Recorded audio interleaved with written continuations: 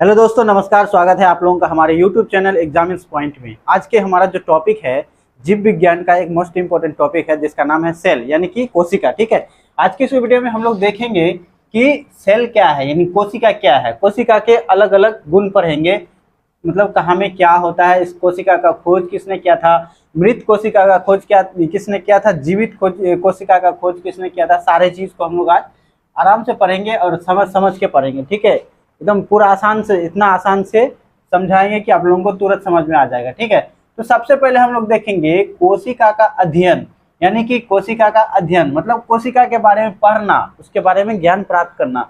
तो उसके बारे में ज्ञान प्राप्त करना यानी स्टडी ऑफ सेल जो कोशिका के बारे में हम लोग पढ़ते हैं उसको क्या कहा जाता है, उसको हम लोग साइटोलॉजी कहते हैं। क्या कहते हैं? साइटोलॉजी कहते हैं। मतलब कोशिका का अध्ययन करना साइटोलॉजी कहलाता है। आगे है कोशिका सजीवों।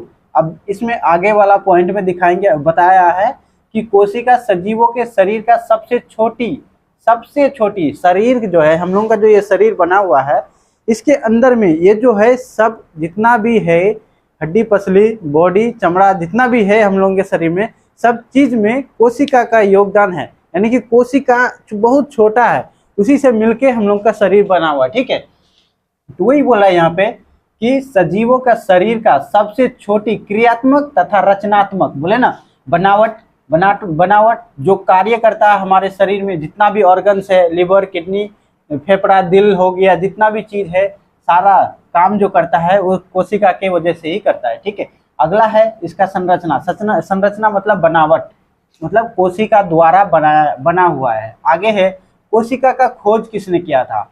तो देखिए, कोशिका दो टाइप का होता है, एक तो मृत होता है और एक जीवित होता है। मतलब एक मरा हुआ होता है, एक तो मृत होता है और एक दूसरा जीवित होता है। दो होता है कोशिका, दो तरह का। तो पहला यानी कि मृत कोशिका का खोज किसने किया था? मृत कोशिका की खोज किसने किया था?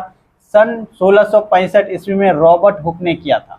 किसने किया था? सन 1665 ईस्वी में रॉबर्ट हुक ने किसका खोज किया था? मृत कोशिका की खोज किया था। उसने किसमें किया था? कॉर्क कोशिका, यानी कि जो लकड़ी का जो टुकड़ा होता है उसको हम लोग इस तरह से आड़ी से या किसी चीज से उसको अगर हम काट देते हैं तो वो हम लोगों को कुछ इस टाइप का दिखेगा। तो ये जो है उसका जो ऊपरी परत होता है, ये जो ऊपरी परत होता है, इसको सुबेरिन कहा जाता है। इसको क्या कहा जाता है? सुबेरिन। और उसके अंदर में आप लोग ध्यान से देखिएगा, कुछ इस तरह से लाइन टाइप का दिखेगा। इसको हम लोग कॉर्क कोशिका कहते हैं। इसको क्या कहते हैं? कॉर्क कोशिका कहते हैं।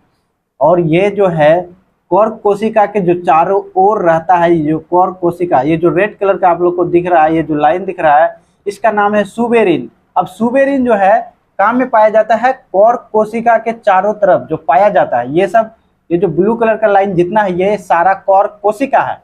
इसके चारों तरफ जो पाया जाता है वो क्या है? सुबेरिन। ये एक तरह का पदार्थ होता है जिसका नाम है सुबेरिन। ठीक है, अब आप लोग देखिएगा कि सुबेरिन कार्य क्या करता है, सुबेरिन का काम क्या है।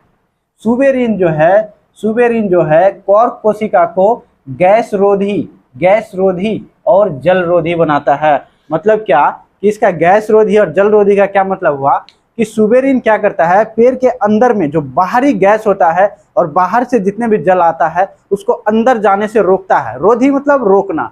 ठीक है, वही होता है कि बाहरी जो गैस होता है और बाहरी जो जल होता है उसको अंदर जाने से रोकता है। यहां तक समझ में आ गया? गैस रोधी और जल रोधी। सुबेरिन क्या होता है? कॉर्क कोशिका को गैस रोधी और जल रोधी बनाता है। यानी कि गैस रोधी क्या करता है? गैस को अंदर जाने से रोकता है और जल को अंदर जाने से रोकता है। अगला पॉइंट है हम लोगों का कि फादर ऑफ साइटोलॉजी। फादर यानी कि पिता।